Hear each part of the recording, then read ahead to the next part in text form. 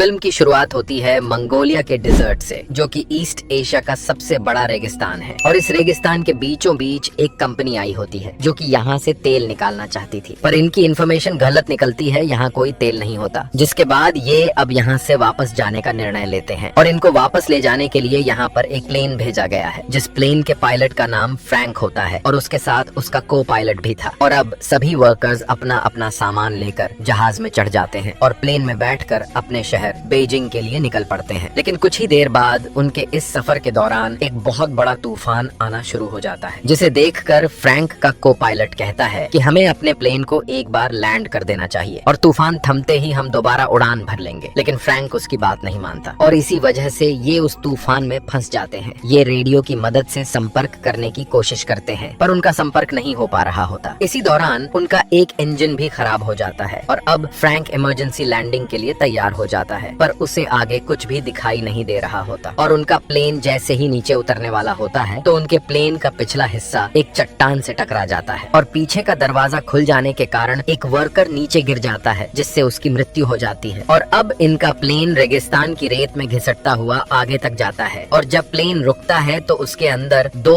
और वर्कर्स की मृत्यु हो चुकी होती है। लेकिन अब ये इस खतरनाक रेगिस्तान में फंस चुके हैं। जिसके बाद ये अपने खाने की सप्लाई को चेक करते हैं, जहाँ इन्हें पता चलता है कि इनके पास 1 महीने का खाना है। पर तभी इनमें से एक आदमी कहता है कि मैं चलकर इस रेगिस्तान से बाहर निकल सकता हूँ, क्योंकि मैंने बहुत सी जगहों पर हाइकिंग और ट्रैकिंग की हुई है। लेकिन बाकी लोग उसे समझाते हैं कि यह जुलाई का महीना है, जो रेगिस्तान में सबसे अधिक गर्म होता है और तुम इस गर्मी में जिंदा नहीं बच पाओगे। सभी उसे समझाते हैं कि तुम्हें रास्ता भी नहीं पता है, इसीलिए तुम इस रेगिस्तान में गोल गोल घूमते रहोगे। और यह बात उस आदमी को समझ आ जाती है। अब उसी रात जब ये सभी सो रहे होते हैं तो बाहर तूफान के कारण मौसम खराब हो जाता है और तभी इनमें से एक आदमी, जिसका नाम जॉन डेविस होता है, वह बाहर टॉयलेट करने के लिए निकलता है। लेकिन तभी उसका पैर एक पत्थर से टकरा जाता है, जिसकी वजह से वह रेत में लुढ़कता हुआ नीचे गिर जाता है और तूफान में अब उसे कुछ भी दिखाई नहीं देता, जिससे वह रास्ता भटक जाता है। और अब जब सुबह सभी वर्कर्स उठते हैं तो वे देखते हैं कि उनका एक साथी गायब है। वे उसे चारों तरफ ढूंढने की कोशिश करते हैं, पर उसका कुछ भी पता नहीं चलता। इसीलिए यहाँ जो लेडी होती है वह पायलट के पास जाती है और उससे पूछती है कि क्या हमें यहाँ से कोई बचाने भी आएगा या नहीं। जिस पर पायलट कहता है कि इसका कोई पता नहीं, जिससे लड़की थोड़ी उदास हो जाती है, क्योंकि हम अपने रास्ते से पूरी तरह भटक चुके हैं। इसीलिए अगर हमें यहाँ से कोई ढूंढने भी आएगा तो वह हमें नहीं ढूंढ पाएगा। और अब सभी की उम्मीदें भी टूटने लगती हैं कि कोई भी उन्हें यहाँ से लेने के लिए नहीं आएगा। इसीलिए इनमें से 2 लोग यहाँ से पैदल निकलने का निर्णय लेते हैं। पर जब वे अपने साथ पानी ले जाने लगते हैं तो पायलट उनसे कहता है कि यहाँ से पानी कोई भी नहीं ले जाएगा। जिसके बाद पानी को लेकर इनके बीच झगड़ा होना शुरू हो जाता है, जिस वजह से उनका पानी भी गिर जाता है। पर यहाँ पर एक आदमी होता है जिसका नाम एलियट होता है। वह इनसे कहता है कि मेरे पास एक आइडिया है जिससे हम सबकी जान बच सकती है। मैं कई दिनों से इस प्लेन को ऑब्जर्व कर रहा हूँ कि हम इसके पुर्जों को जोड़कर एक दूसरा प्लेन बना सकते हैं, क्योंकि एलियट पहले प्लेन बनाने वाली कंपनी के साथ काम करता था। और अब सभी के मन में एक उम्मीद जागने लगती है। वे उसकी मदद करने के लिए तैयार हो जाते हैं, लेकिन पायलट उसकी बातों से सहमत नहीं होता। वह कहता है कि ऐसा करना नामुमकिन है। और अगले दिन इनमें से एक आदमी वहाँ से निकल जाता है, पर वहाँ जो लेडी होती है वह उसे ढूंढने के लिए उसके पीछे जाने लगती है। लेकिन पायलट उसे रोकता है और खुद उस आदमी के पीछे निकल जाता है। वह उस चट्टान तक पहुँच जाता है जहाँ उनका प्लेन टकराया था और वहीं पर उसे उस आदमी की लाश भी मिलती है जो प्लेन से गिर गया था, पर उसके शरीर पर उसके कपड़े नहीं होते और वहाँ पर कुछ गोलियों के कवर भी पड़े होते हैं। और तभी उसे वह आदमी भी मिल जाता है जो यहाँ से जाने वाला था और वह कहता है कि मैं इस लाश से अपनी घड़ी लेने आया था जो इसने मुझसे ली थी, पर इसके पास वह घड़ी नहीं है, जिसका साफ मतलब है कि हमारे अलावा यहाँ कोई और भी है। अब ये दोनों उस जगह पर आ जाते हैं जहाँ इनके बाकी साथी होते हैं और अब पायलट भी उनके साथ प्लेन बनाने के लिए तैयार हो जाता है। इसके बाद ये लोग प्लेन बनाना शुरू कर देते हैं। ये दिन में काम नहीं करते क्योंकि यहाँ बहुत ज्यादा गर्मी होती है, बल्कि ये रात में काम करते हैं। लेकिन इनकी परेशानी तब बढ़ जाती है जब उनका वह तेल, जिसे ये आग जलाने और प्लेन उड़ाने के लिए रखे हुए थे, उस पर वेल्डिंग करते समय चिंगारियां गिर जाती हैं और वहाँ एक जोरदार धमाका हो जाता है। हालांकि इस ब्लास्ट में किसी की जान नहीं जाती, लेकिन इनका सारा का सारा तेल बर्बाद हो जाता है। अब इनके पास उतना ही तेल बचा होता है जिससे ये बस एक बार उड़ान भर सकते हैं और यहाँ से निकल सकते हैं। अब ये लोग अब रात के बजाय दिन के वक्त काम करते हैं, लेकिन दिन में बहुत ज्यादा गर्मी होती है। फिर भी ये हिम्मत नहीं हारते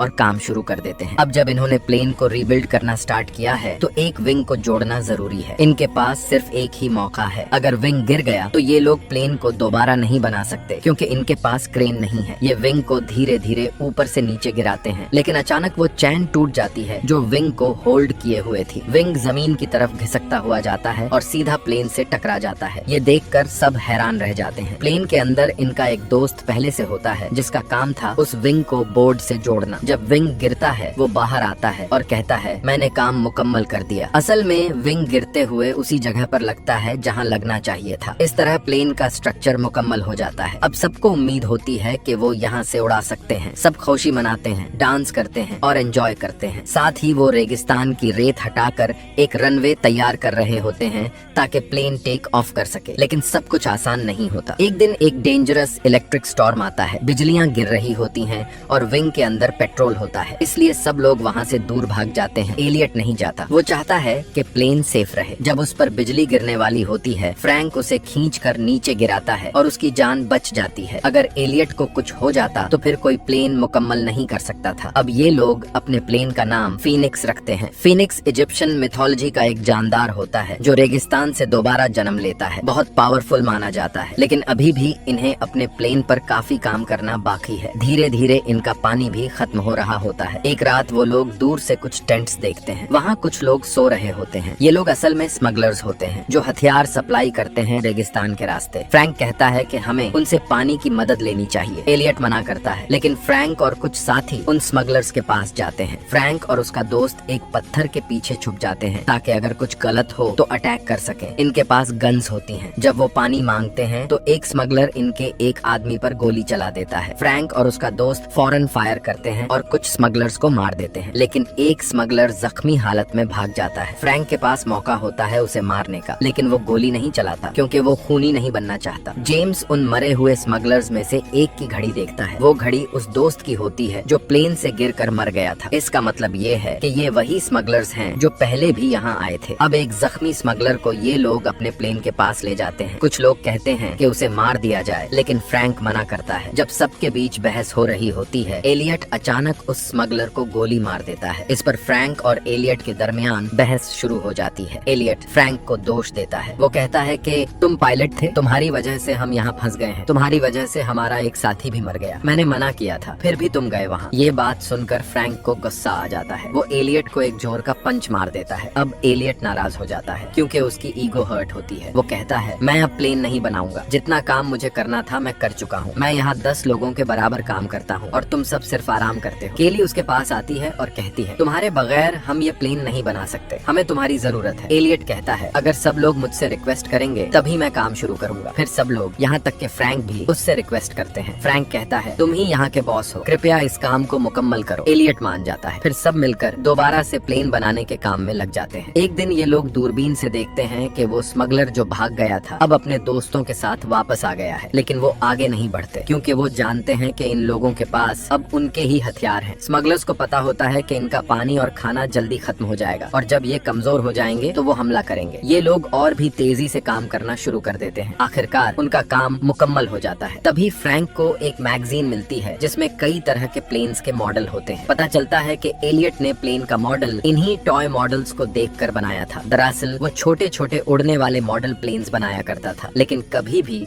एक बड़ा रियल प्लेन नहीं बनाया। ये सुनकर सबको गुस्सा आ जाता है, खासकर अयान को। वो एलियट के सर पर गन रख देता है और कहता है तुम हमें बेवकूफ बना रहे थे, ये प्लेन कभी नहीं उड़ेगा, तुमने पहले कभी इतना बड़ा प्लेन बनाया ही नहीं। लेकिन एलियट कहता है मुझे यकीन है ये प्लेन उड़ेगा। हाँ, मैं छोटे रिमोट कंट्रोल्ड प्लेन्स बनाता था, लेकिन उनमें बैलेंस ज्यादा जरूरी होता है। फ्रैंक अयान को रोक लेता है। तभी तूफान आ जाता है। जब तेज हवाएं चलती हैं तो प्लेन अपने आप हल्का हल्का हवा में उठने लगता है। सब समझ जाते हैं कि ये प्लेन सच में उड़ सकता है। उनके दिलों में जो उम्मीद मर चुकी थी वो फिर से जिंदा हो जाती है। लेकिन ये रेगिस्तान का तूफान था जो प्लेन को पूरी तरह से रेत में ढांक देता है। तूफान के बाद सब उदासी में चले जाते हैं। फ्रैंक कहता है हमने इससे मेहनत से बनाया है और हम इससे यहाँ से उड़ा कर ले जाएंगे। सब लोग मिलकर प्लेन को रेत से निकालते हैं और खींचकर उस जगह ले जाते हैं जहाँ रेत नहीं होती। वो लोग प्लेन को स्टार्ट करते हैं। प्लेन स्टार्ट होता है लेकिन तुरंत बंद हो जाता है। बहुत बार ट्राई करते हैं और आखिरकार प्लेन चल पड़ता है। प्लेन का इंजन गरजता है। स्मगलर्स इसकी आवाज सुनकर घोड़ों पर हथियार लेकर